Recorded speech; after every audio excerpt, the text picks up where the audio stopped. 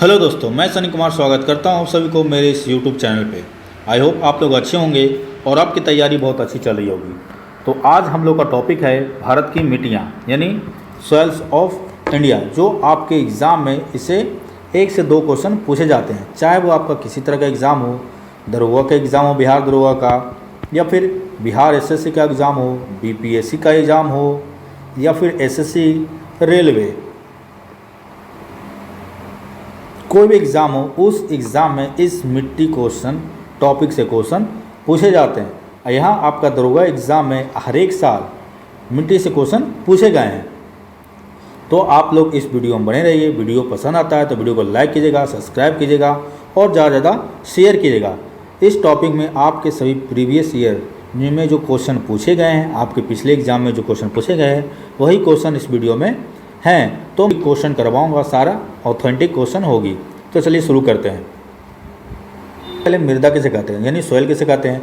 तो आपने देखा होगा अपने गांव में, अपने घरों के बाहर जो फील्ड है उसमें जो मिट्टियाँ होती है, बस वही मिट्टी है। इसमें कुछ टेक्निकली कुछ लाइन्स लिखे गए हैं कि मृदा भूमि के ऊपरी परत में पाए जाने वाली दानेदार परत है, जिसका निर्माण मूल रूप से चट्टानों के टूटने एवं वनस्पति व जीवों के सड़ने से होता है।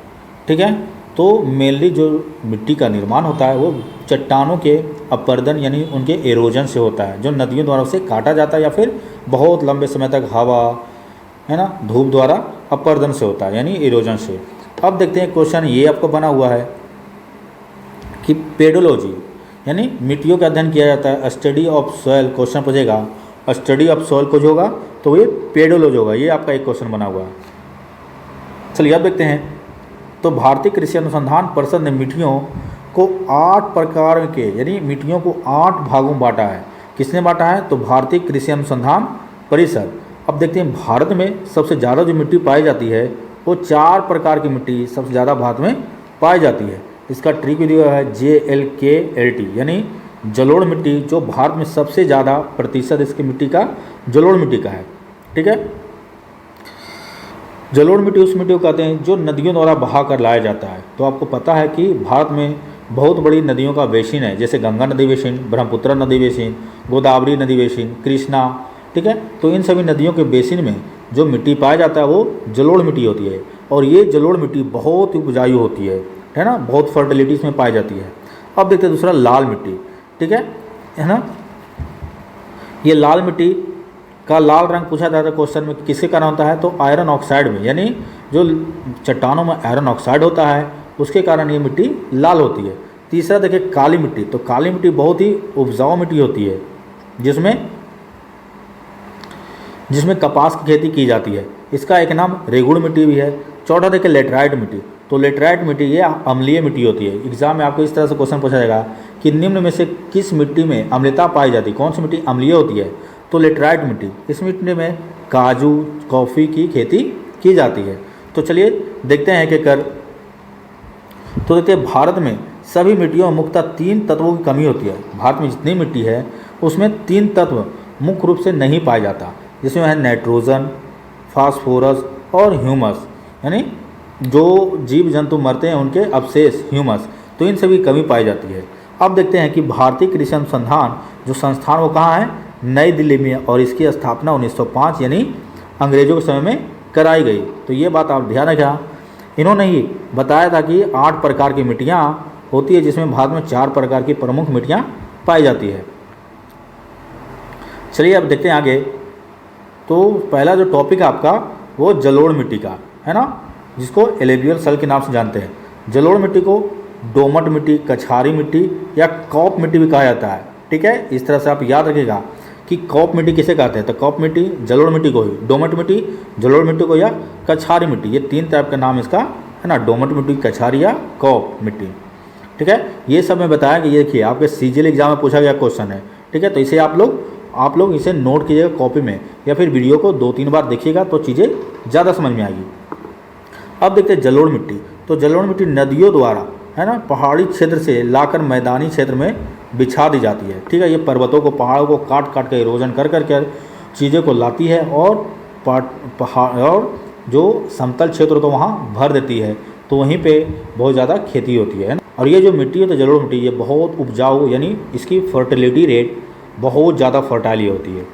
अब देखते हैं भारत में सर्वाधिक जलोढ़ मिट्टी है ना। भारत में पाई जाने वाली सबसे उपजाऊ मिट्टी जलोढ़ मिट्टी है। अब क्षेत्र की बात करें तो भारत के उत्तरी मैदान और तटीय मैदान में यह मिट्टी पाई जाती है। ठीक है, अगर भारत के उत्तरी मैदान की बात करें तो मैं पहले एक भारत का मैप ड्रॉ करता हूँ, उससे आपको चीज़ें समझ में आएगी। तो भारत का ये क्षेत्र है ना, जिसमें बिहार, यूपी, पंजाब, हरियाणा है ना, और असम का क्षेत्र इस क्षेत्र में, और ये तटीय क्षेत्र, इन सभी क्षेत्रों में जलोढ़ मिट्टी की बहुत ज़्यादा मात्रा में पाई जाती है।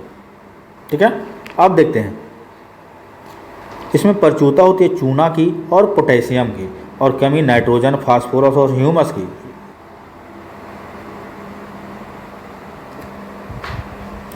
अब देखते हैं कि जो जलोढ़ मिट्टी है इसमें धान यानी चावल की खेती के लिए काफ़ी अच्छी मानी जाती है ये जलोढ़ मिट्टी।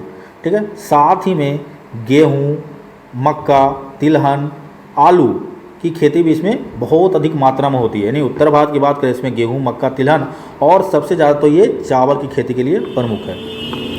ठीक है, अब देखते हैं गंगा के मैदान में पुरानी मिट्टी को कछारी मिट्टी कहा जाता है ना। गंगा के मैदान में पुरानी कछारी मिट्टी पाई जाती है।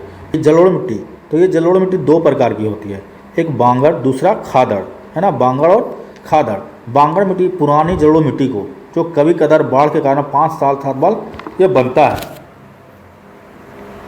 और खादड़ बोले तो नई मिट्टी, यानी बाढ़ द्वारा हर मिट्टी यानी पहाड़ों को काट कर मिट्टियाँ लाते हैं और फिर उस जो घाटी क्षेत्र में वहाँ पर भर दिया जाता है।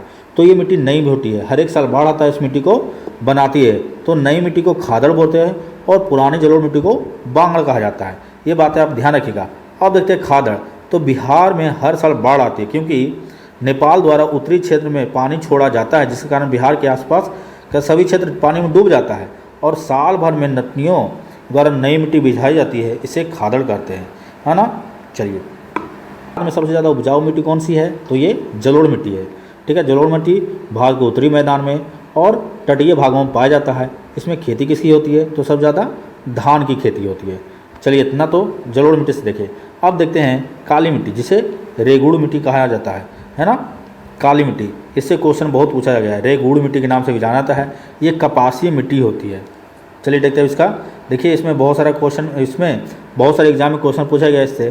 तो काली मिट्टी का निर्माण बेसाल्ट चट्टानों के टूटने फूटने से होता है। ये बेसाल्ट चट्टान जो होते हैं ये ज्वालामुखी चट्टान होते हैं, है ना, ज्वालामुखी चट्टान। ठीक है, तो आपने जानते हैं कि प्रायद्वीपीय भारत, इस एरिया में सभी ज्वालामुखी चट्टान यानी बेसाल्ट चट्टान पाया जाता है, और इस एरिया में ही अधिकता होती है काली मिट्टी की। चलिए, तो इस डायग्राम के थ्रू हम लोग देखेंगे कि किस तरह से काली मिट्टी का निर्माण होता है, यानी ब्लैक सोइल का फॉर्मेशन होता है। तो सबसे पहले मैंने बताया था कि ज्वालामुखी के विस्फोट से, यानी वोल्केनो का विस्फोट होता है, उससे जो लावा निकलता है, तो ये लावा हुआ, है ना। और लावा के ठंडा होने से एक चट्टान बनता है जो बेसाल्ट चट्टान बनता है, और उन बेसाल्ट चट्टान के टूटने से, यानी अपरदन से जो मिट्टी बनती है, जो सोयल बनता है, उसे ही काली मिट्टी कहती है। ये काली मिट्टी महाराष्ट्र के क्षेत्रों में बहुत ज़्यादा पाया जाता है, क्योंकि जो पठारी एरिया है वो बेसाल्ट चट्टानों से बना हुआ है, और आप लोगों ने जाना होगा। तो ठीक है, देखते हैं हम लोग कि जो ब्लैक सोयल को और बहुत। चलिए, तो अब देखते हैं ये जो काली मिट्टी है ये अन्य नामों से भी जाना जाता है, जो रेगुड़ मिट्टी, कपासीय मिट्टी या लावा मिट्टी भी कहा जाता है। चलिए, अब देखते हैं काली मिट्टी का जो रंग होता है वो टिटेनीफेरस मैग्नेटाइट के कारण ये होता है काला, है ना।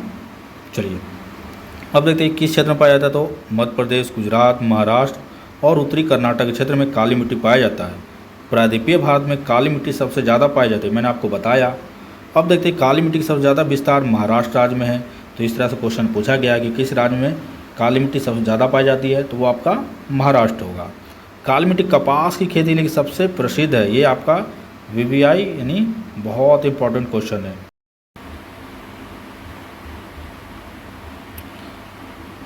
तो देखते हैं अब लाल मिट्टी। लाल मिट्टी ये कम वर्षा वाला क्षेत्र में होता है, जो आंध्र प्रदेश और तमिलनाडु के क्षेत्र में पाया जाता है।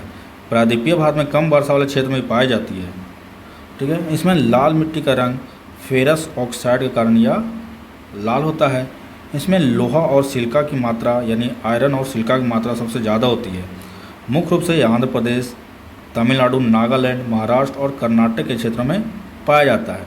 लौटते हुए मानसून के कारण चक्रवात आंध्र प्रदेश और उड़ीसा जैसे राज्यों में मिलती है। आगे देखते हैं लेटेराइट मिट्टी, जिसे अम्लीय मिट्टी के नाम से जानते हैं।